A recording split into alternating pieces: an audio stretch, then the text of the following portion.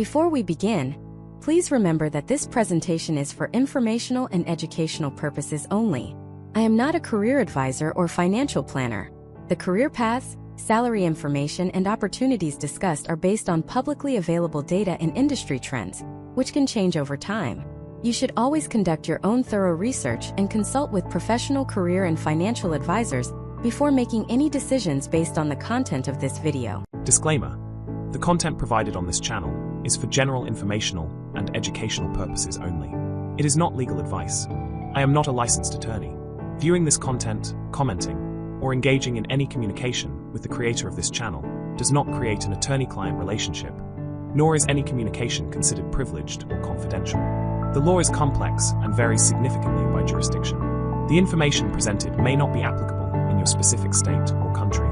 For advice on your individual legal situation or issue, you must consult with a licensed attorney in your jurisdiction. Do not act or refrain from acting based on the content of this channel. What if I told you that the most valuable thing you get from law school has almost nothing to do with practicing law? What if I told you that for nearly 40% of law school graduates in the United States, their Juris Doctor degree is a launchpad into careers that look nothing like what you see on TV? We're talking careers in finance, technology, entrepreneurship, and global strategy, often with higher pay, better hours, and more impact than the traditional partner track. The dirty little secret of the legal profession is that for a huge number of people, the path they tell you to follow, law review, summer associate, big firm, partnership, is a trap. It's a golden cage baited with a six-figure starting salary and the prestige of a top-tier law firm. But it's a cage nonetheless. You spend 3 years and over $200,000 in debt, all while being funneled down a single narrow hallway. And many people wake up 5 or 10 years in, buried under a mountain of billable hours, and realize with a cold dread that they hate it. They feel stuck. They believe their JD has locked them into a life they never truly wanted. That belief is a lie. And in this video, we are going to systematically dismantle it. This isn't just a list of jobs you can get with a law degree. This is a complete reframing of what your degree actually is. This is a playbook for leveraging your unique training to unlock doors you didn't even know existed. We're going to give you the language, the strategy, and the roadmap to pivot, to escape, or to start on a completely different path from day one. By the end of this, you will no longer see your JD as a qualification to be a lawyer. You will see it for what it truly is: an elite master's degree in structured thinking, risk analysis, and persuasive communication. A Swiss Army knife for solving the world's most complex and lucrative problems. So, how are we going to do this? We're going to break down the non-traditional legal career landscape into a few key archetypes. These are the major pathways where your legal skills are not just valued, but are considered a superpower. We'll explore the strategist, who operates in the worlds of consulting and corporate development. We'll meet the fixer, the crisis manager and compliance expert who navigates corporate disasters. We'll look at the builder, the founder and venture capitalist who uses their legal mind to create and fund new companies. And we'll examine the guardian, who works in intelligence, national security, and global policy.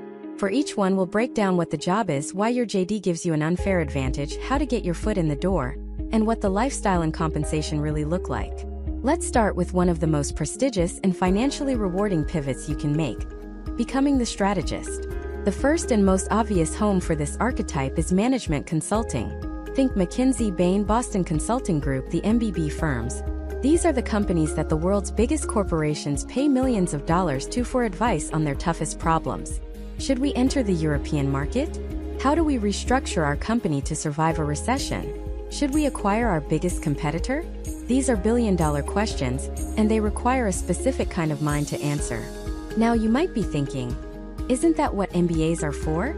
And yes, that's the traditional pipeline. But here's the secret.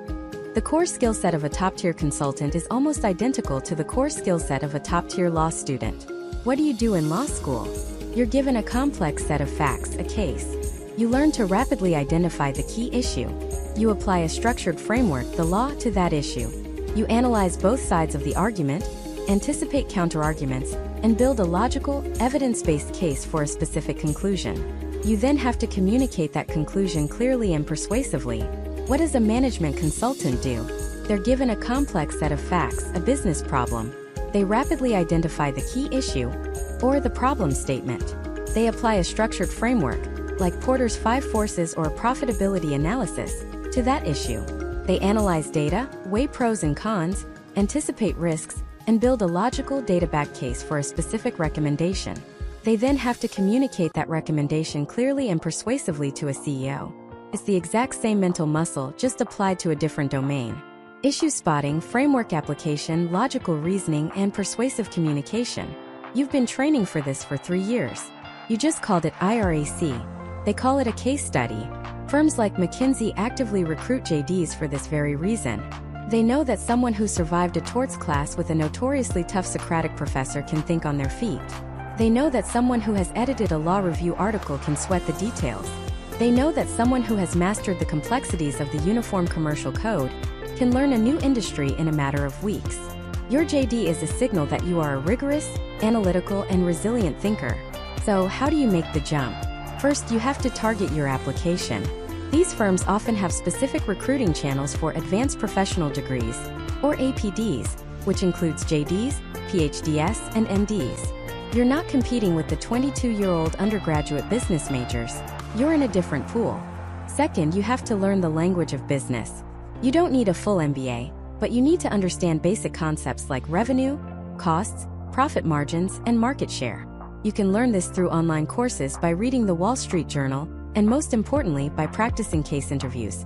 The case interview is the centerpiece of the consulting hiring process, and it's where you'll prove you can apply your legal mind to business problems. There are countless books and online resources dedicated to cracking the case. You need to live and breathe them. The lifestyle is demanding. Expect long hours and constant travel, flying out on a Monday and coming back on a Thursday. But the trade-off is immense. The learning curve is the steepest you will ever experience in your professional life. In 2 or 3 years as a consultant, you will get a real-world business education that dwarfs a traditional MBA. You'll work across different industries from tech to healthcare to finance, and you'll be presenting your ideas to C-suite executives from day one. The compensation is also a major draw. A JD entering a top consulting firm can expect a starting total compensation package, including signing bonus and performance bonus, well into the $200,000 range, often exceeding what first-year associates at big law firms make, and the growth trajectory is incredibly steep. But management consulting is just one path for the strategist. Perhaps an even more powerful, long-term role is in corporate strategy and business development, or biz dev, within a major company. Think of the internal strategy teams at places like Google, Disney, or Pfizer. These are the people who function as the company's internal consultants. They answer the same kinds of tough questions, but instead of advising from the outside, they are on the inside, helping to steer the ship. Here, your legal background is even more directly applicable. Why? Because major corporate strategy is inextricably linked with legal and regulatory risk. When Google considers acquiring a new AI startup, the strategy team has to analyze not just the financial and market implications, but the massive antitrust risks. When a pharmaceutical company like Pfizer decides which new drug to invest $1 billion in, the decision hinges on a complex analysis of patent law, FDA regulations, and intellectual property landscapes. You, with your JD, can walk into that room and speak both languages. You can understand the financial model from the MBA, and you can instantly spot the regulatory landmine that they might miss. This dual fluency is incredibly rare and incredibly valuable. You become the bridge between the business goals and the legal reality, which is the absolute heart of corporate strategy. These roles offer a much better work-life balance than consulting, with compensation packages that are still highly competitive, and offer a clear path to executive leadership within a single organization. Becoming a chief strategy officer or head of corporate development is a very realistic goal for a JD who takes this path. You're not just advising the company, you are helping to build it. But what if your ambition isn't just to build the company's future, but to be its ultimate guardian? It's consigliere? This brings us to one of the most coveted positions for any lawyer, the General Counsel or GC. In the C-suite, the GC, often called the Chief Legal Officer, is the final word on legal risk. They are the CEO's right hand, the board's trusted advisor, and the person in the room who sees around corners nobody else even knows exist. Think about it. When a massive data breach happens at 2 a.m., who gets the call? The GC. When a competitor launches a surprise lawsuit that threatens the company's core product, who leads the counterattack? The GC. When the government starts an investigation, who manages the entire crisis, from the press release to the negotiations with regulators? The General Counsel. This isn't just a legal job. It's a leadership role forged in the crucible of high-stakes problem-solving.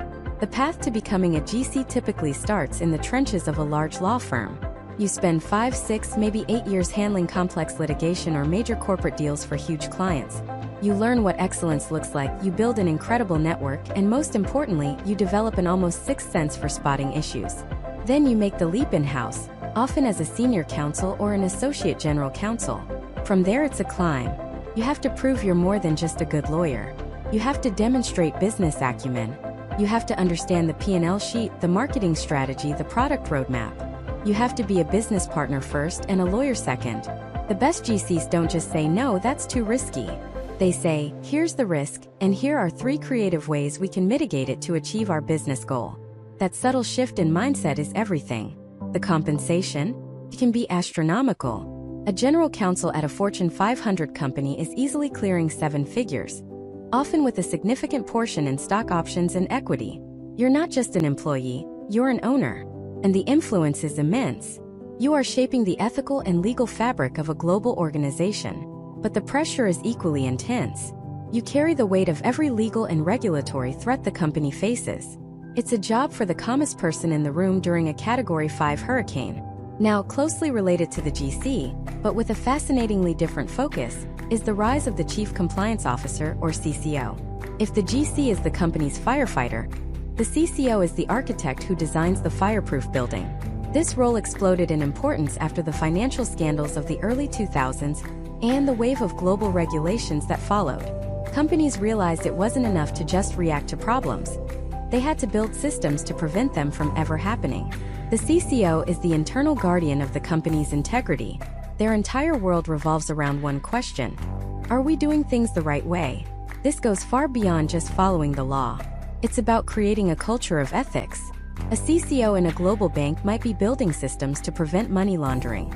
In a pharmaceutical company, they're ensuring that sales practices are ethical and don't run afoul of anti-kickback statutes. In a tech company, they are at the absolute forefront of data privacy, navigating the labyrinth of GDPR in Europe and CCPA in California to protect user information. This is a fantastic path for a lawyer who is more of a builder than a fighter. You're not arguing in a courtroom. You're designing training programs, implementing new software for monitoring risk, conducting internal investigations, and communicating with every level of the organization, from new hires to the board of directors. You have to be a teacher, a detective, and a strategist all in one. The skill set is unique. It requires an encyclopedic knowledge of regulations, but also a deep understanding of human psychology. How do you design a compliance program that people actually follow? One that doesn't just feel like a bureaucratic checkbox-ticking exercise. That's the art of being a great CCO. The career path is incredible, and like the GC, it is a C-suite position with significant authority and compensation. Because in today's world, a compliance failure can literally destroy a company overnight. But let's pivot. We've talked about working inside the machine, steering it, protecting it. What if your calling is to be on the other side? What if you want to be the one holding the most powerful people and organizations accountable? What if you want to stand up in a federal courtroom, in front of a jury and a flag, and say the 4 most powerful words in the American legal system? The United States is ready. This is the life of an assistant United States attorney, or AUSA. Forget the Hollywood glamour for a second and focus on the reality. This is arguably the best, most intense, and most valuable litigation training a young lawyer can possibly get. Right out of the gate, you are handed a level of responsibility that your peers in private practice won't see for another decade. You are the government. You are making the decisions. You decide who to charge with a federal crime, what evidence to present to the grand jury, what plea bargain to offer, and when to take a case all the way to trial. Imagine this: you're 3 years out of law school. You're handling a complex wire fraud case involving millions of dollars and a web of shell corporations. You're working with FBI agents, poring over bank records, interviewing witnesses, and building a narrative from a mountain of disorganized facts. You are the one who will stand before 12 citizens and explain that complex story in a way that is simple, compelling, and undeniable. You are the one who will cross-examine the defendant's high-priced expert witness and dismantle their testimony piece by piece. The learning curve is a vertical line. It's terrifying, it's exhilarating, and it forges you into a formidable trial lawyer.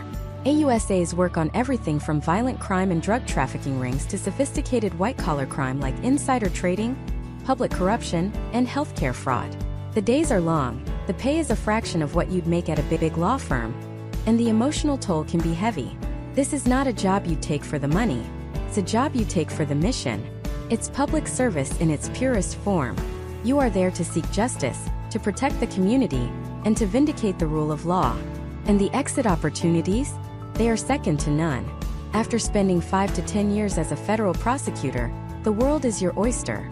The skills you've gained, unparalleled courtroom experience, deep investigative knowledge, impeccable judgment under pressure, and a reputation for integrity, are pure gold. The most elite law firms in the country will line up to hire you, offering you a partnership and a massive salary to become a white-collar defense attorney, representing the very same types of individuals and corporations you used to prosecute. You can also pivot back into the corporate world, taking on a high-level role as head of global investigations or chief security officer. Or you could be appointed to be a judge, taking the skills you learned as an advocate and applying them as a neutral arbiter of justice. A stint in the U.S. Attorney's Office isn't just a job, it's a launchpad that can propel your career into the stratosphere. It fundamentally changes your professional DNA. So while one path has you sitting in a boardroom, shaping a company's future, this path has you in a courtroom, shaping the course of justice itself. Both require a law degree, but they demand entirely different parts of your soul. And that choice between building and prosecuting is just the beginning of the incredible variety a JD offers. Now let's talk about the flip side of that coin. What's it like to be the one defending against the full force and power of the United States government? Welcome to the world of the criminal defense attorney. Specifically, let's talk about one of the most demanding, misunderstood, and profoundly important jobs in the entire legal profession: the public defender. If the prosecutor is the government's sword, the public defender is the citizen's shield. And that shield is often the only thing standing between an individual and the colossal, seemingly unstoppable machinery of the state. Forget what you've seen on TV. The bumbling, overworked lawyer who can't wait to push their client into a plea deal. The reality is a calling, a mission rooted in the very bedrock of American freedom. It all comes down to a promise. The Sixth Amendment to the Constitution guarantees the right to counsel. But for nearly 200 years, that promise was a hollow one for anyone who couldn't afford a lawyer. Imagine being arrested, charged with a crime, and told you have to face a trained, experienced prosecutor all by yourself. It was a mismatch of epic proportions. That all changed in 1963 with a landmark Supreme Court case, Gideon v. Wainwright. A man named Clarence Earl Gideon, imprisoned in Florida, sat in his cell and handwrote a petition to the Supreme Court, arguing that his trial was unfair because he was denied a lawyer. The Supreme Court agreed, and in a single unanimous decision, they declared that the right to an attorney was fundamental. If you cannot afford one, the state must provide one for you. And just like that, the modern public defender system was born. Not as a form of charity, but as a constitutional necessity. A public defender's job is not to get criminals off. Their job is to hold the government to its burden of proof. It is to ensure that the awesome power of the state is checked, that evidence is legally obtained, that rights are not violated, and that the sacred principle of innocent until proven guilty is more than just a phrase we repeat in civics class. They are the guardians of the process. So what does that actually look like? Picture this. Your day doesn't start with a quiet cup of coffee and a review of a single case file. It starts with a tidal wave. You might have 70, 100, even 200 active cases at any given time. Your phone is a relentless chorus of calls from clients, family members, and investigators. Your first stop is the courthouse basement, the holding cells, what lawyers call the tank. The air is thick with anxiety and the smell of antiseptic. Here you'll meet a dozen new clients, people arrested in the last 24 hours. You have maybe 5 to 10 minutes with each person before they go in front of a judge for the first time. In those few minutes you have to establish a connection, build a sliver of trust with someone who is scared, angry, and at the absolute lowest point of their life. You have to explain the charges, the potential consequences, and what's about to happen in a way they can understand, all while the clock is ticking and a guard is tapping their watch. From there you're in the courtroom, a master of controlled chaos. You're juggling a bail argument for one client, a plea negotiation for another, and scheduling a trial date for a third, sometimes all in the same hour. You're constantly thinking on your feet, absorbing new information, and making critical strategic decisions with incomplete facts. The prosecutor you're facing has the full resources of the police department, the crime lab, and expert witnesses at their disposal. You might have one overworked investigator for your entire office of 50 attorneys. You learn to be resourceful. You learn to be relentless. You become an expert at finding the cracks in the prosecution's case. Was the stop legal? Was the search warrant valid? Did the witness really see what they claim they saw? The work is a grind. The pay is a fraction of what your law school classmates are making in corporate law. You see the revolving door of the justice system firsthand. The same people trapped in cycles of poverty, addiction, and mental health crises, coming through again and again. The emotional toll is immense. You carry the weight of your clients' lives on your shoulders. A mistake on your part doesn't mean a financial loss for a company. It can mean years of a person's life lost behind bars. It can mean a family torn apart. This is called secondary trauma, absorbing the pain and despair of the people you represent. It's a very real occupational hazard. So why on earth would anyone choose this path? Because for every 10 heartbreaking losses, there is one moment of profound victory. And a win for a public defender is rarely the dramatic, not guilty verdict you see in movies. A win is getting a felony charge that would have destroyed a young person's future reduced to a misdemeanor. A win is convincing a judge to send your client to a drug treatment program instead of prison, giving them a real chance to break the cycle. A win is finding the flaw in the evidence that proves your client, who everyone assumed was guilty, is actually innocent, and watching them walk out of the courtroom a free person to reunite with their family. A win is simply being the one person in the entire system who listened to your client's story, who treated them with dignity, and who fought for them with everything they had, even when the outcome seemed hopeless. Public defenders are driven by a fierce belief in human dignity, and a deep-seated skepticism of unchecked government power. They believe that the system is only as just as how it treats its most vulnerable and despised members. Now, not all criminal defense is done in a public defender's office. On the other side of the same coin is the private criminal defense attorney. While the mission can be similar, defending the accused, the practice is often worlds apart. Private defense attorneys can choose their clients. This allows them to control their caseload, dedicating significant time and resources to a single case. If a public defender has one investigator for 50 lawyers, a high-powered private defense attorney might hire a team of investigators, forensic experts, and jury consultants for just one client. This is the world of the high-profile cases you read about in the news. The wealthy CEO accused of fraud, the celebrity charged with a DUI, or the complex media-saturated murder trial. These attorneys are often masters of not just the law, but also of public relations and media strategy. They can afford to spend months, even years, preparing for a single trial, digging into every piece of evidence and exploring every possible legal angle. The financial rewards can be astronomical, with retainers reaching into the hundreds of thousands or even millions of dollars. But it's not all celebrity clients. The vast majority of private defense attorneys run smaller practices, handling the everyday criminal charges that affect ordinary people: DUIs, drug possession, domestic disputes, and theft. For them, the work is about helping people navigate a terrifying and confusing system, protecting their jobs, their families, and their futures from the devastating impact of a criminal conviction. They provide a crucial service for those who may not qualify for a public defender, but still need a dedicated advocate in their corner. Whether public or private, the life of a criminal defense attorney is a life lived in the trenches of the justice system.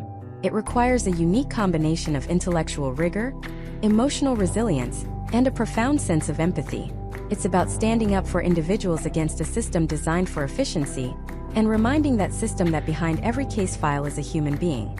This constant battle, this world of reasonable doubt and constitutional rights, is a massive part of what people imagine when they think of a law degree.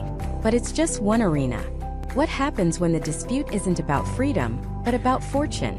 When it's not one person against the state, but one multi-billion-dollar corporation against another? What does it look like when the battleground is a boardroom, and the fate of thousands of employees and entire industries hangs in the balance? That's the world of civil litigation, and it's where we're headed next. Forget the polished oak-paneled courtroom scenes you see on television. The real war in civil litigation is fought long before a judge ever sees the case. It's a war of paper, of data, of psychological endurance. Imagine an entire floor of an office building, fluorescent lights humming at 2 a.m., filled with young associates fueled by caffeine and sheer willpower. sifting through millions of emails, documents, and text messages. This is the discovery phase. It's not a single smoking gun. It's an archaeological dig through a mountain of digital dust, searching for that one sentence, that one misplaced file, that proves your entire case. This is the 99% of civil litigation that never makes it to the screen. It's the meticulous, often grueling process of building a fortress of facts, brick by painstaking brick. You send out interrogatories, long lists of written questions the other side is legally obligated to answer under oath. You file requests for production, demanding every relevant document, from internal memos to engineering blueprints. And then there are the depositions. A deposition isn't a friendly chat. It's a high-stakes, strategic interrogation conducted in a sterile conference room, not a courtroom. You, the lawyer, are face-to-face with a key witness from the opposing side. A CEO, an engineer, a disgruntled former employee. A court reporter is typing every single word, creating a transcript that can and will be used to destroy their credibility at trial. Your job is to lock them into a story, to ask questions so precisely crafted that you expose inconsistencies, uncover hidden facts, and get the admissions you need. It's a chess match of words, where a single misplaced pronoun can cost a company millions of dollars. You have to be a master of psychology, reading body language, knowing when to push and when to feign sympathy. It is exhausting, exhilarating, and absolutely critical. Parallel to this documentary warfare, you're engaged in what's called motion practice. This is the legal chess game that happens entirely on paper. You might file a motion to dismiss, arguing that even if everything the other side claims is true, they still don't have a legal case. It's like calling a checkmate in the opening moves.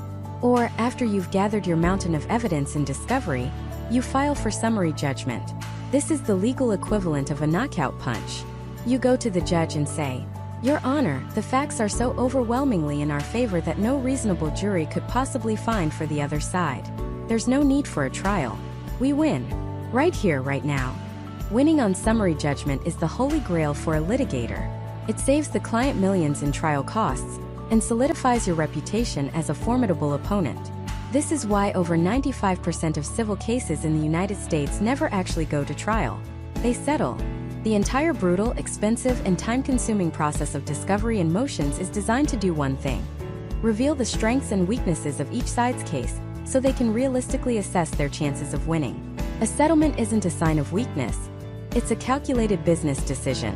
It's two armies staring each other down across a battlefield, realizing that the cost of war, in money, time, and public reputation, is far greater than the cost of a negotiated peace. The art of negotiation, of knowing your opponent's pressure points and your client's bottom line, is just as important as the ability to deliver a killer closing argument. And this battlefield takes on many different forms. When we say civil litigation, it's not just about corporations suing each other over a breached contract. Think about the personal injury lawyer. They aren't representing a faceless company. They're representing a person whose life has been shattered, a construction worker who fell from a scaffold, a family whose lives were upended by a drunk driver. Here the lawyer is a crusader. They are David fighting Goliath, taking on massive insurance companies with near-infinite resources. The discovery isn't about profit margins. It's about medical records, accident reconstruction reports, and expert testimony on a person's ability to ever work or live a normal life again. The fight is deeply, profoundly personal. Or consider the world of employment law. This is where the power dynamics of the workplace are put on trial. An employment litigator might be defending a company against a wrongful termination lawsuit, or they might be representing an employee who was fired for reporting harassment or discriminated against because of their race, gender, or age. These cases cut to the core of our society's values of fairness and equality. They force us to confront uncomfortable truths about bias and power, and the lawyer is the one tasked with navigating these incredibly sensitive and emotionally charged disputes. Then you have the intellectual property litigator, the guardian of innovation. In a world where a line of code or a new drug formula can be worth billions, these lawyers are on the front lines. They're litigating patent disputes between tech giants, determining who truly invented the technology in your smartphone. They're fighting trademark battles over a brand's iconic logo, or copyright cases over a hit song or a movie script. This isn't just about money. It's about protecting the very essence of creativity and invention that drives our economy forward. And perhaps the most emotionally taxing of all is family law. This is litigation at its most raw and human. Divorces, child custody battles, disputes over alimony. The litigator in this space isn't just an advocate. They are a crisis manager, a counselor, and a shield for their client during the worst period of their life. The stakes aren't measured in dollars, but in a parent's right to see their child. The stress is immense, the emotional toll is heavy, but the potential to help someone navigate through personal chaos and find a stable future is a powerful calling. So, who thrives as a civil litigator? It's not necessarily the loudest person in the room. It's the most prepared. It's the person who is pathologically detail-oriented, who can spend 14 hours straight reading dense documents and spot the one critical inconsistency. It's the strategic thinker who is always 5 moves ahead. It's the competitive soul who truly deeply hates to lose. And above all, it's someone with immense resilience, who can get knocked down by a bad ruling from a judge or a devastating piece of evidence, and come back the next day ready to fight even harder. It's a career of high stakes, high stress, and for those in the top corporate firms, astronomically high pay. But the burnout rate is real and it is brutal. It's a path that can demand everything you have. But what if you love the intellectual challenge of the law, the high-stakes problem-solving, but the idea of constant conflict, of depositions and courtroom battles, makes your stomach turn? What if you want to be the person who builds the ship, not the one who argues over who sank it? For you, there is an entirely different universe within the legal profession. A world built on contracts, not conflict. A world of deals, not disputes. That's the world of the transactional lawyer. And it's where our journey takes us next. Instead of a sword, your weapon is a pen. Instead of a courtroom, your battlefield is a boardroom. Transactional lawyers are the architects of the modern economy. They don't argue about what happened in the past. They build the future. They take an idea, a handshake between 2 CEOs, a dream of a new skyscraper, an inventor's brilliant concept, and they construct the legal framework that makes it real. They are the master builders, the deal makers, the ones who assemble the billion-dollar puzzles that shape our world. Think about the last major company merger you saw in the news. Maybe a tech giant buying a video game studio, or a media conglomerate absorbing a movie production house. It makes headlines for a day, the CEOs smile for the cameras, and we all move on. But behind that single handshake lies a Herculean effort, an odyssey of legal and financial engineering orchestrated almost entirely by transactional attorneys. It's a process that can take months, even years, and it is one of the most intellectually demanding, high-stakes games in the entire professional world. Let's pull back the curtain on one of these mega deals. Imagine a company we'll call Apex Innovations, a behemoth in the tech world, decides it wants to acquire Momentum Dynamics, a brilliant, fast-growing startup with a revolutionary AI technology. The price tag? $5 billion. The CEOs agree in principle. Now what? Now the lawyers descend. The first phase is called due diligence. This is a forensic, top-to-bottom investigation of Momentum Dynamics. The lawyers from Apex don't just take their word for it, that the company is worth $5 billion. They need to verify everything. And I mean everything. They become financial detectives and corporate archaeologists.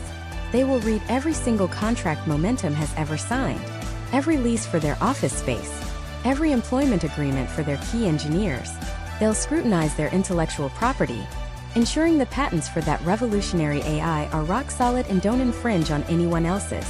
They are hunting for skeletons in the closet. They're looking for the hidden liabilities, the ticking time bombs that could blow up the deal or cost Apex billions down the road. Is there a pending lawsuit from a disgruntled former employee? Is there a weird clause in a contract with a supplier that gives them rights to the new AI? Did the founders accidentally promise a huge chunk of the company to their college roommate on a napkin 10 years ago? This is what the diligence team uncovers. It is grueling, meticulous work. It's thousands of pages of documents reviewed line by line, often by junior associates working around the clock, fueled by caffeine and the sheer terror of missing something. One missed detail, one misinterpreted clause, could be $100 million mistake. While the diligence team is digging through the past, another team of senior lawyers is drafting the future. The merger agreement. This document is the Bible of the deal. It can be hundreds of pages long, a dense, complex blueprint that dictates every single step of the acquisition. It's not a template they download from the internet. It is a bespoke, handcrafted piece of legal architecture. Inside this document are critical sections. There are the reps and warranties, where Momentum Dynamics has to make hundreds of specific promises about its business. We promise we own all our intellectual property. We promise we have paid all our taxes. We promise we aren't currently under investigation by the government. If any of these promises turn out to be false, Apex can sue them for the lie. Then there are the covenants. These are the rules Momentum has to follow between signing the deal and when it actually closes. They can't suddenly sell off their best assets or give massive raises to all their executives. They have to run the business normally. And then there's the negotiation. This is where the senior partners earn their massive paychecks. The lawyers for Apex and the lawyers for Momentum will sit across a table, or more likely a series of conference calls at 2 a.m. and they will fight. Not with raised voices but with surgical precision. They fight over every single word. The definition of material adverse effect. The exact phrasing of an indemnification clause, which determines who pays if something goes wrong after the deal closes. A single comma can shift $100 million of risk from one side to the other. This is a chess match where the pieces are words, and the board is the future of two companies. It requires an incredible blend of legal knowledge, business savvy, and psychological fortitude. Finally, after months of diligence, drafting, and negotiation, comes the closing. It can be surprisingly anticlimactic. It's often just a flurry of emails and phone calls confirming that all conditions have been met. The money is wired, all $5 billion of it. The final signatures are exchanged electronically, and just like that, it's done. Momentum Dynamics no longer exists as an independent company. It is now part of Apex Innovations. The transactional lawyers have taken a $5 billion idea and made it a reality. They celebrate for about 5 minutes and then they move on to the next deal. This world of mergers and acquisitions, or M&A, is the peak of corporate law for many. It's where the biggest deals happen, where the pay is highest, and where the pressure is most intense. But the transactional universe is vast. If M&A is about combining companies, capital markets law is about fueling them. These are the lawyers who help companies raise money. When a company decides to go public through an initial public offering or IPO, it's the capital markets lawyers who write the S-1 registration statement, a massive document filed with the SEC that discloses everything an investor would need to know. It's their job to make sure the company follows every single rule on its path to the stock exchange. Then you have real estate transactional lawyers. They do for buildings what M&A lawyers do for companies. They don't argue about property lines in court. They facilitate the deals that build our skylines. They handle the purchase and sale of skyscrapers, the financing for massive new housing developments, and the complex leases for flagship retail stores on Fifth Avenue. Every major construction project you see has a team of transactional lawyers behind it, building the deal brick by legal brick. There's also venture capital law, which operates at the other end of the spectrum from big M&A. These lawyers work with the tiny startups, the two founders in a garage with a brilliant idea. They help them incorporate the company, set up their stock structure, and most importantly, navigate the rounds of funding from venture capitalists, the investors who bet on these young companies. A VC lawyer is part counselor, part business strategist, and part legal guardian, helping a fragile idea grow into a world-changing company. The thread connecting all these transactional paths is the mindset. It's a proactive, constructive way of thinking. You're not cleaning up a mess. You're trying to prevent one from ever happening. You need an almost paranoid attention to detail, the ability to see 5 steps ahead and anticipate every possible thing that could go wrong in a deal. You have to understand your client's business as well as they do. You're not just a lawyer. You are a business advisor with a law degree. The satisfaction doesn't come from a dramatic courtroom victory. It comes from the quiet hum of a deal closing successfully. It comes from seeing a building you helped finance rise into the sky, or seeing a company you took public ring the opening bell on the New York Stock Exchange. You built that. But this world, the world of the massive law firm, the all-night closings, the billion-dollar pressures, it isn't for everyone. The burnout rate is notoriously high. What if you want the intellectual challenge of the law, but you crave autonomy? What if you don't want to be a small cog in a giant corporate machine, but the master of your own destiny? What if you want to build not just a deal, but your very own practice? For those with an entrepreneurial spirit, the law offers another path entirely. The path of hanging your own shingle. This is the path of the legal entrepreneur, the solo practitioner. It's a concept as old as the profession itself. The lone lawyer, a pillar of the community, whose name is on the door because their reputation is on the line with every single case. For many, this isn't just a career path. It's the ultimate expression of the American dream. Total freedom, total control. The captain of your own ship, the master of your own fate. You decide what cases to take. You decide who you want to help. You want to work from a cabin in the mountains 3 days a week? You can. You want to build a practice dedicated exclusively to helping rescue dog shelters with their legal work? If you can make it work, you can do it. The financial ceiling is, in theory, limitless. There's no senior partner taking a cut. No firm overhead to feed 100 other lawyers. Every dollar of profit goes directly into your pocket. It's a powerful, intoxicating idea. But let's pull back the curtain on this romantic image, because the reality of hanging your own shingle is one of the most demanding, all-consuming challenges a person can undertake. The single biggest mistake aspiring solos make is thinking they're just starting a law practice. They're not. They are starting a small business that happens to provide legal services. And those are two vastly different things. Suddenly, you're not just a lawyer. You are the chief executive officer, the chief financial officer, the head of marketing, the IT department, the office manager, and sometimes the person who has to fix the jam printer at 10 o'clock at night. Your legal education taught you how to analyze a case, draft a motion, and argue before a judge.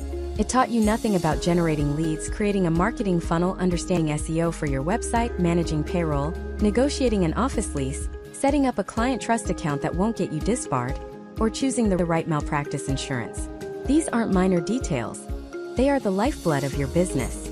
You can be the most brilliant legal mind of your generation, but if you can't get clients in the door, you're just a brilliant legal mind with a lot of debt.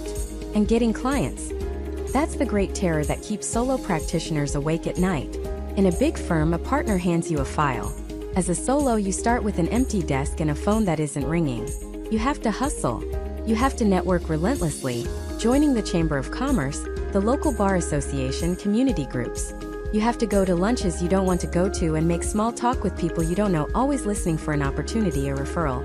You have to learn how to sell yourself, your skills, and your value, which is a skill set that feels deeply uncomfortable for many lawyers. The income is a roller coaster. 1 month you might land a big contingency fee and feel like a king. The next 2 months you might have nothing but small flat fee cases and wonder if you'll make rent. The phrase feast or famine isn't a cliche for solos. It's a monthly financial statement. Then there's the isolation. When you're in a firm and you hit a complex legal issue, you can walk down the hall and bounce ideas off a colleague. You can ask a senior partner for guidance. When you're solo, it's just you. You and your books. You and the empty office after everyone else in the building has gone home. The weight of every decision, from legal strategy to which brand of coffee to buy, rests solely on your shoulders. Can be incredibly lonely. So, given this brutal reality, why on earth do people do it? Because if you can survive it, if you can push through that initial period of terror and uncertainty, the rewards are immense. The common ground for successful solos is often found in practices that serve individuals and small businesses directly. Think about family law, guiding someone through the most difficult time in their life, a divorce or a custody battle, or criminal defense, where you are the only thing standing between an individual and the immense power of the state. Personal injury, where you fight for someone who's been wronged to get them the compensation they need to put their life back together. Estate planning, giving families peace of mind by helping them prepare for the future. Or small business law, helping a fellow entrepreneur turn their own dream into a reality. In these fields, you're not a cog in a machine. You are the trusted advisor. Your clients know you, they trust you, and they send their friends to you. You build a reputation not on the letterhead of a fancy firm, but on your own name, your own integrity. And the landscape for the solo practitioner has been radically transformed by technology. The old image of a dusty, book-lined office on Main Street is being replaced by the virtual law firm. You don't necessarily need a fancy office with a huge rent payment anymore. With cloud-based practice management software, you can manage your cases, documents, and billing from anywhere. With virtual receptionists, you can have a professional answering your phone for a fraction of the cost of a full-time employee. With a well-designed website and a smart digital marketing strategy, you can reach more clients than you ever could by just waiting for the phone to ring. This technological shift has lowered the barrier to entry and made it possible to run a lean, efficient, and highly profitable practice without the crushing overhead of the past. It allows for a level of work-life integration that was previously unimaginable. You can build a successful practice from a home office, setting your own hours, and being more present in your family's life. You trade the corner office for the freedom to coach your kids' soccer team. Ultimately, the path of the solo practitioner is a high-risk, high-reward venture. It requires a unique blend of legal skill, business acumen, and an almost irrational level of self-belief. You are betting on yourself completely and utterly. For those who can make it work, the payoff isn't just financial. It's the profound satisfaction of building something from scratch. It's the deep connection to your clients and your community. It's the knowledge that every success, every victory, is yours and yours alone. You didn't just win a case, you built the business that made it possible. But what if this sounds a little too lonely? What if you want the entrepreneurial spirit and direct client contact, but with the safety net of a team? What if you want the camaraderie and resources of a firm, without the crushing pressure of a global megacorporation? What if you want a team, but a team that feels more like a family? That's where you find the backbone of the American legal system. The small and mid-sized law firm. This is where the practice of law gets personal. Forget the glass towers and the army of anonymous associates. We're talking about firms where the partners know your name, your spouse's name, and probably what you did last weekend. We're talking about offices on Main Street, in renovated historic buildings, or in modest suburban office parks. This is the world where you're not just a lawyer. You're your community's lawyer. In a small or mid-sized firm, the hierarchy flattens dramatically.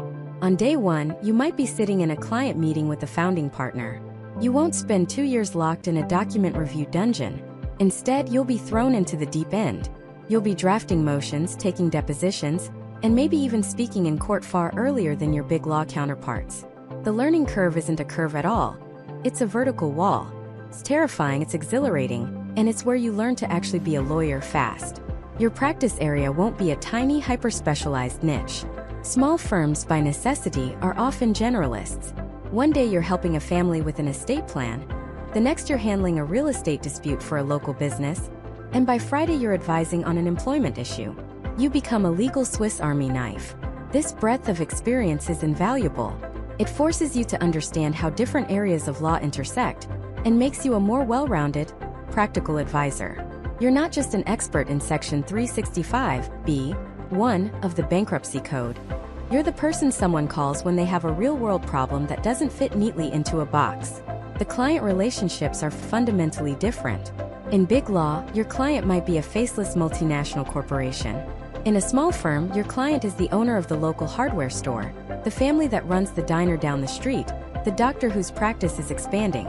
You see these people at the grocery store. Their kids go to school with your kids.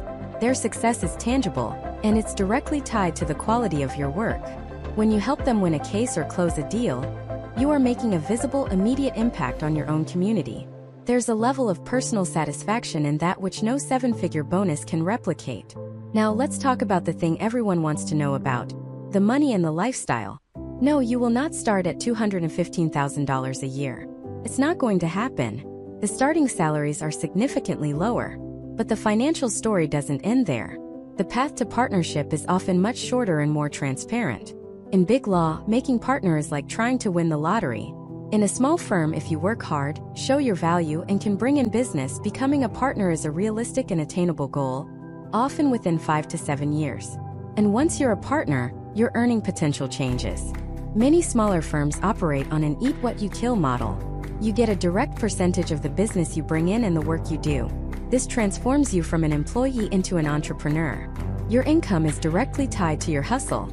It's a high-pressure, high-reward system. Some partners at successful small firms make more than partners at big law firms, and they do it with more autonomy. The name on the door isn't just a distant dream. It could one day be yours. This entrepreneurial spirit bleeds into the lifestyle. The billable hour requirement might still exist, but it's often more reasonable. Think 1,800 hours, not 2,400. The culture is different. There's less face time for the sake of it. If you're efficient and get your work done, you can go coach your daughter's soccer game at 4 p.m. There's an understanding that you have a life outside the office because the partners do too.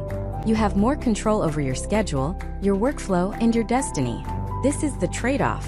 You're trading a guaranteed, massive paycheck at the start for a career with more control, a clearer path to ownership, and a deeper connection to your work and community. But it's crucial to be realistic. This path is not for everyone. The lack of resources is a genuine shock to the system. There is no 24/7 word processing department. There is no in-house graphic design team to make your trial exhibits look perfect. You, your paralegal, and a shared administrative assistant are the entire support staff. You will be the one making copies, fixing the paper jam in the printer, and figuring out the new case management software. You have to be scrappy and self-reliant. And the pressure is a different kind of intense. In big law, you worry about pleasing the partner. In a small firm, you worry about keeping the lights on. Business development isn't an optional activity for senior lawyers. It's a survival skill from day one. You have to get out there, network, join the local chamber of commerce, and build a reputation. You are not just a lawyer. You are the firm's brand, its sales force, and its future, all rolled into one. If the local economy takes a downturn, your firm feels it immediately. The safety net is much, much smaller. Now, nestled between the small firm and big law is the mid-sized firm. This can be the Goldilocks zone for many lawyers. A mid-sized firm, say 50 to 200 lawyers, often combines the best of both worlds. They have more resources, more established structures, and more sophisticated practice groups than a small firm. You might specialize in a specific area like commercial litigation or M&A, but you're still likely to get more hands-on experience, more client contact, and a better shot at partnership than you would at a mega firm. These regional powerhouses often handle major work for significant local and national clients, but they do it while maintaining a more humane, collegial culture. The pay is a solid bridge between the two extremes, and the work-life balance is often a stated priority, not just a line in a recruiting brochure. For many, a mid-sized firm offers the perfect blend of challenging, high-stakes work and a life that allows for family, hobbies, and sanity. It's a place where you can build a fantastic career without sacrificing your entire self to do it. So, the small and mid-sized firm path is for the builder. It's for the lawyer who wants to see the direct impact of their work, who craves autonomy, and who has an entrepreneurial fire in their belly. It's for the person who wants to be a pillar of their community, not just an associate on the 47th floor. But what if you have that entrepreneurial fire, but you don't want a partner at all? What if the only name you want on the door is your own? Then you are the solo practitioner, the lone wolf, the ultimate embodiment of legal entrepreneurship. This isn't just a career path.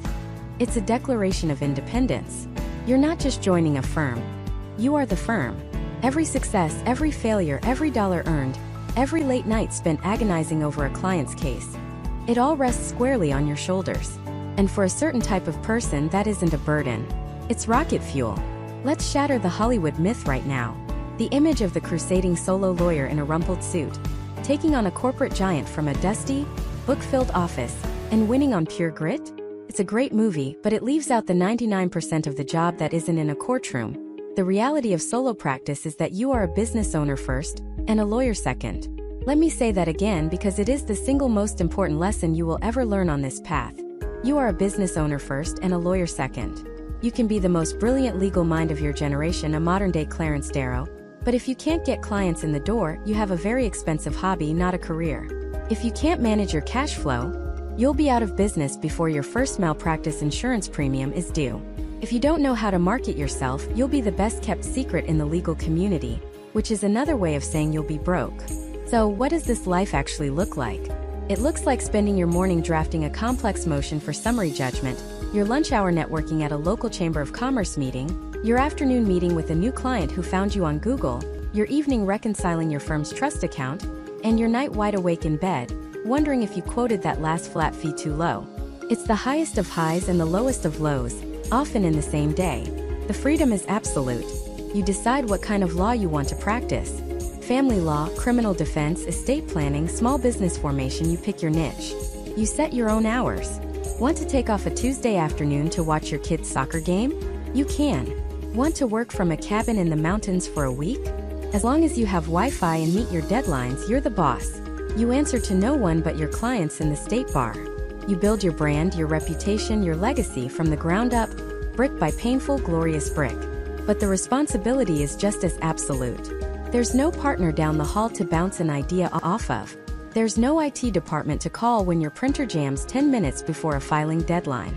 There's no accounting department to chase down that client who is 90 days past due on their invoice. It's all you. You are the chief legal officer, the chief financial officer, the chief marketing officer, the head of IT, the office manager, and, in the beginning, probably the janitor, too. Let's talk about the money because that's the elephant in the room. The income potential for a solo practitioner is theoretically unlimited. You keep what you kill. There's no partnership to share profits with. If you build a highly efficient, well-marketed practice in a lucrative area, you can earn significantly more than your peers in big law, and with a fraction of the overhead. You can structure your fees however you see fit. Hourly, flat fees, retainers, subscription models, contingency fees. This financial creativity is a powerful tool.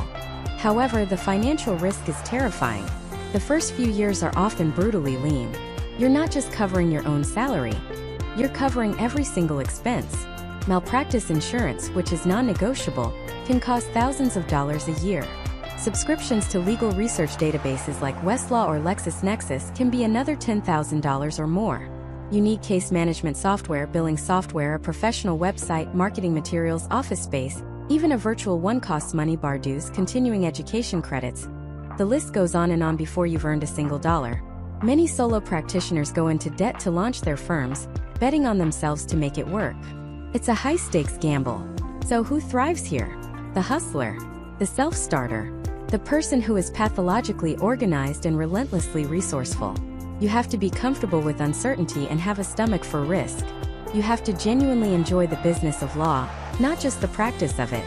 You have to be a people person, because your ability to connect with clients and build a referral network is the lifeblood of your firm. If you're the kind of person who waited for the professor to give you the assignment, this path will crush you. This is for the person who sees a problem, a messy divorce, a DUI charge, a small business contract dispute, and not only knows how to solve it legally, but also sees the business opportunity in providing that solution. There's a profound satisfaction in this path that's hard to find elsewhere.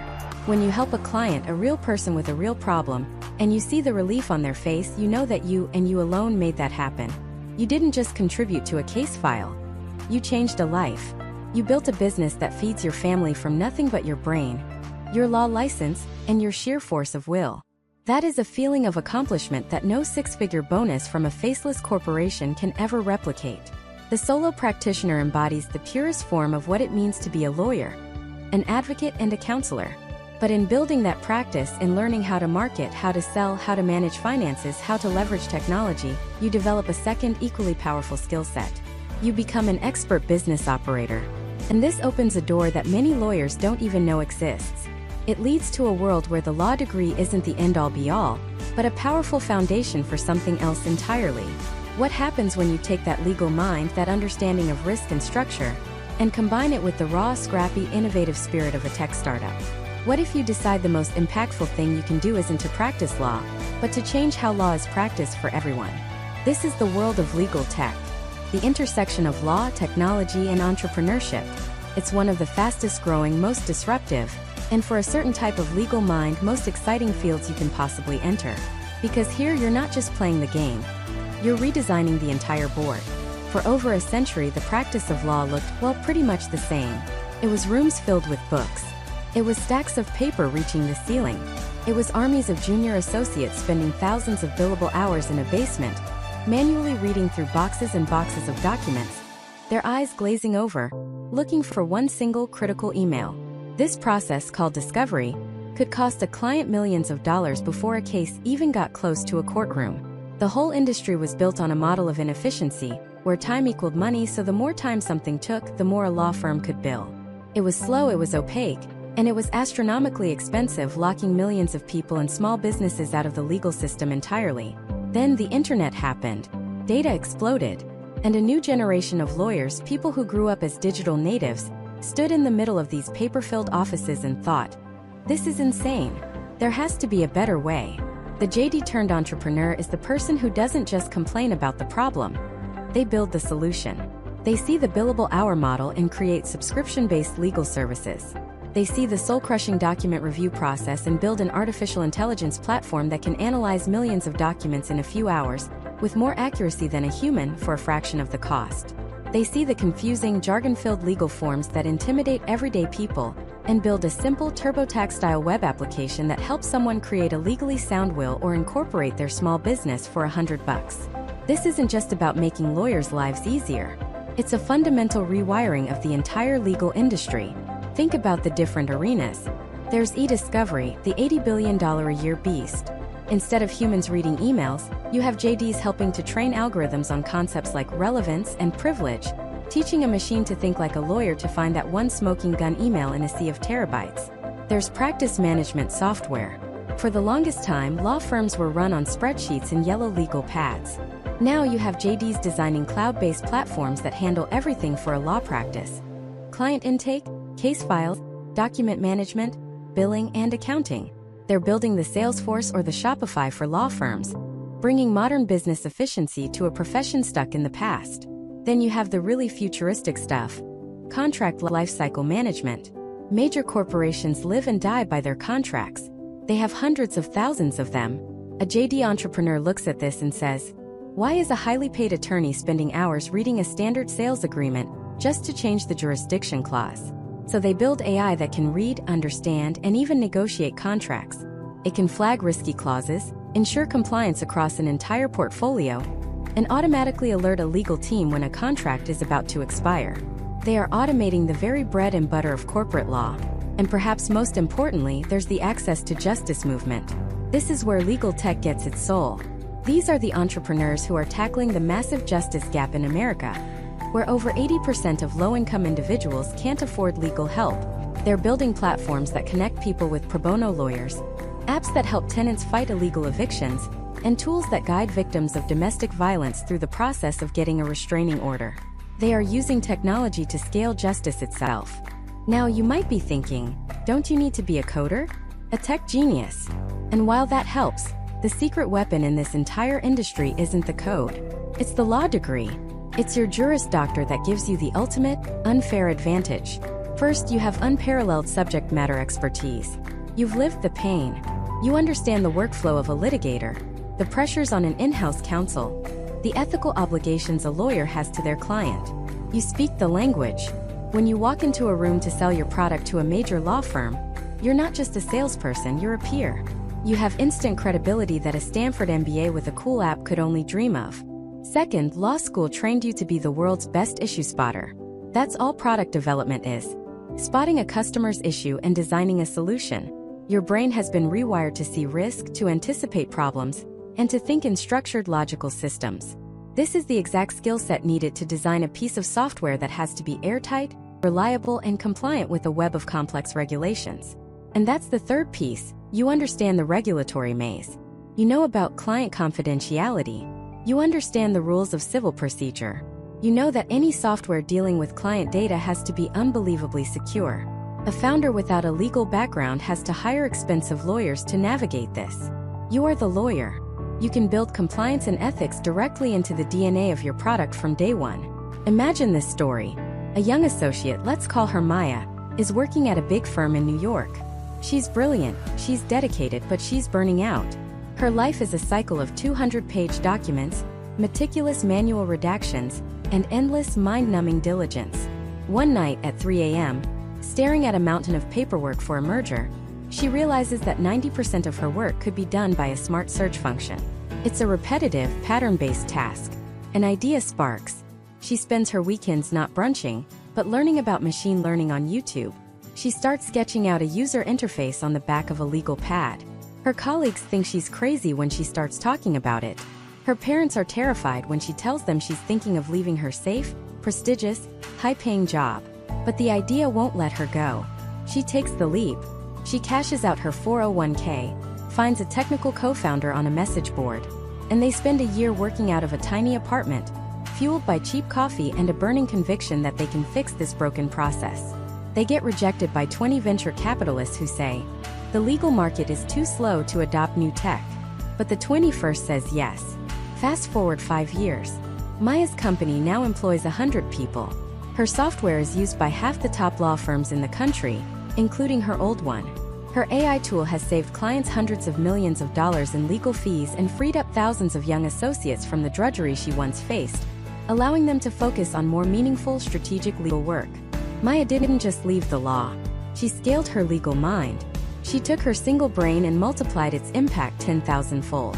She didn't just win a case. She changed how cases are won. And you don't have to be the founder CEO to be a part of this revolution. JDs are desperately needed in every role within these companies. They are the product managers working with engineering teams to decide what features to build. They are the legal engineers designing the complex decision trees and logic that power the software. They are the lead salespeople and business development executives, using their expertise to forge partnerships with the biggest legal departments in the world. They are the chief privacy officers and the general counsels for the tech companies themselves. This path is for the builder, the problem solver, the systems thinker who looks at a tangled, inefficient process and doesn't just see a problem, but sees a beautiful, elegant solution waiting to be created. It's for the person who believes their understanding of the law is too valuable to be confined to one client or one case at a time. They want to build the tools, the platforms, and the systems that will define what it means to be a lawyer in the 21st century. It's a career path that requires courage, a tolerance for risk, and a powerful vision for the future. But what if your vision isn't about building a company, but about building a country? What if you take that legal training not to Silicon Valley, but to Washington, D.C.? This is the path where law is not just a profession. It's a form of statecraft. The skills you learn to persuade a jury of 12 are the same skills used to persuade a nation of millions. The ability to dissect a complex contract is the same ability needed to dissect and draft a piece of legislation that will shape the future of healthcare, technology, or environmental policy. Think about it. An unprecedented number of U.S. presidents were lawyers. Lincoln, Roosevelt, Nixon, Clinton, Obama. Over half the members of the Continental Congress were lawyers. Today, a significant portion of Congress holds a Juris Doctor. This isn't a coincidence. It's a testament to the fact that the study of law is, at its core, the study of how a society organizes itself, how it resolves disputes, and how it defines its own rules. To be an expert in the law is to be an expert in the very architecture of the country. But the path to DC isn't a single shining road to the Capitol Dome.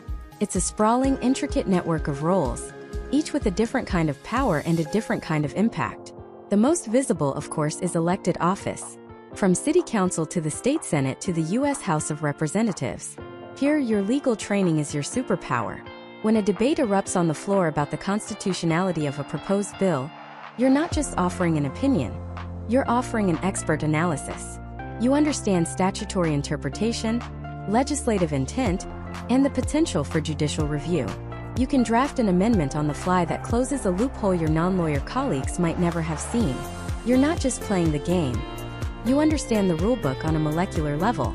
This is where you can take a local problem you witness firsthand. A zoning law that stifles small businesses, a school funding formula that leaves kids behind, and use the machinery of government to forge a solution. But for every elected official in the spotlight, there are hundreds of lawyers working behind the scenes, wielding a different, often more direct, form of influence. These are the staffers, the unsung architects of policy. Imagine being the chief counsel for the Senate Judiciary Committee. You're not the one giving the fiery speeches, but you're the one who preps the senator for every hearing, who drafts the questions that will be asked of a Supreme Court nominee, who negotiates the fine print of a landmark criminal justice reform bill with the opposing party. Your fingerprints are on the law, even if your name isn't. Or picture yourself as a legislative director for a congresswoman. She has to vote on thousands of bills, from agricultural subsidies to cybersecurity defenses. She can't be an expert on everything.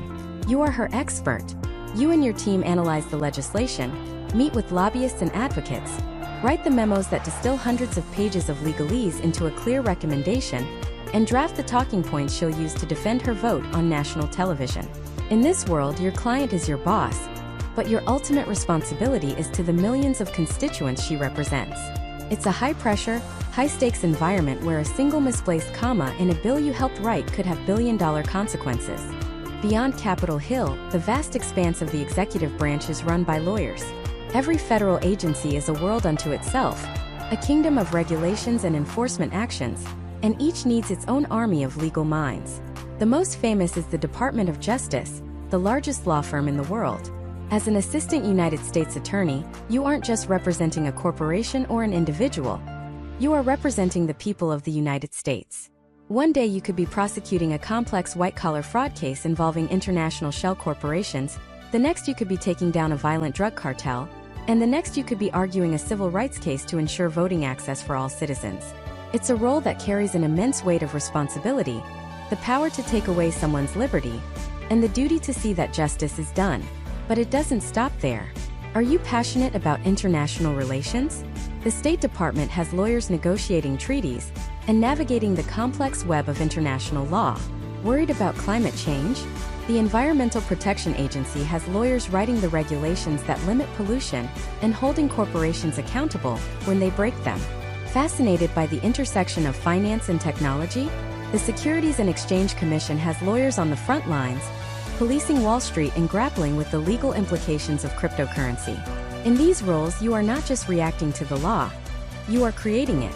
You are writing the detailed rules that give statutes their real-world power, shaping how entire industries operate and how our society tackles its biggest challenges. This path is not for everyone. The pay is often a fraction of what you could earn in the private sector. The work can be a slow, frustrating grind against bureaucratic inertia and political gridlock. Your victories may be anonymous, and your defeats can be public and painful. So why do it? Because the scale of impact is unparalleled. In a private firm, you might win a billion-dollar case for a single client. In government, you might help pass a single law that lifts millions of people out of poverty. You might help write one regulation that ensures clean drinking water for a generation. You might help negotiate one treaty that prevents a war. The client isn't a person or a company. The client is the future.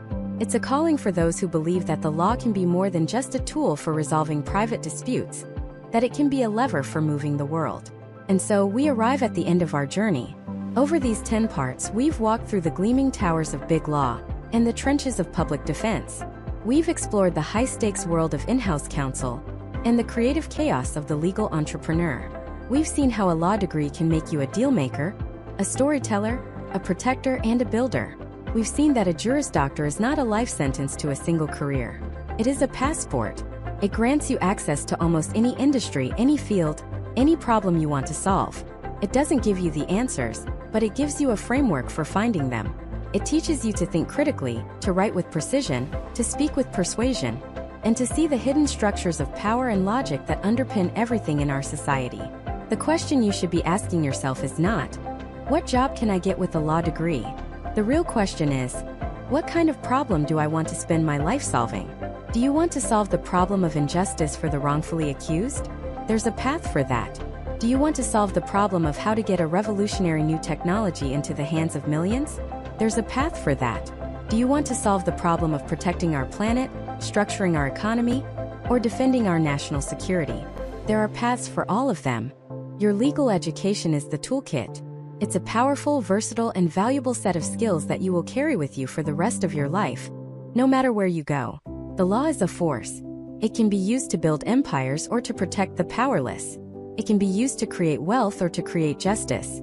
It can be used to defend the status quo or to fuel a revolution. The choice of which path to take is deeply personal. It's a reflection of your values, your ambitions, and your vision for the world.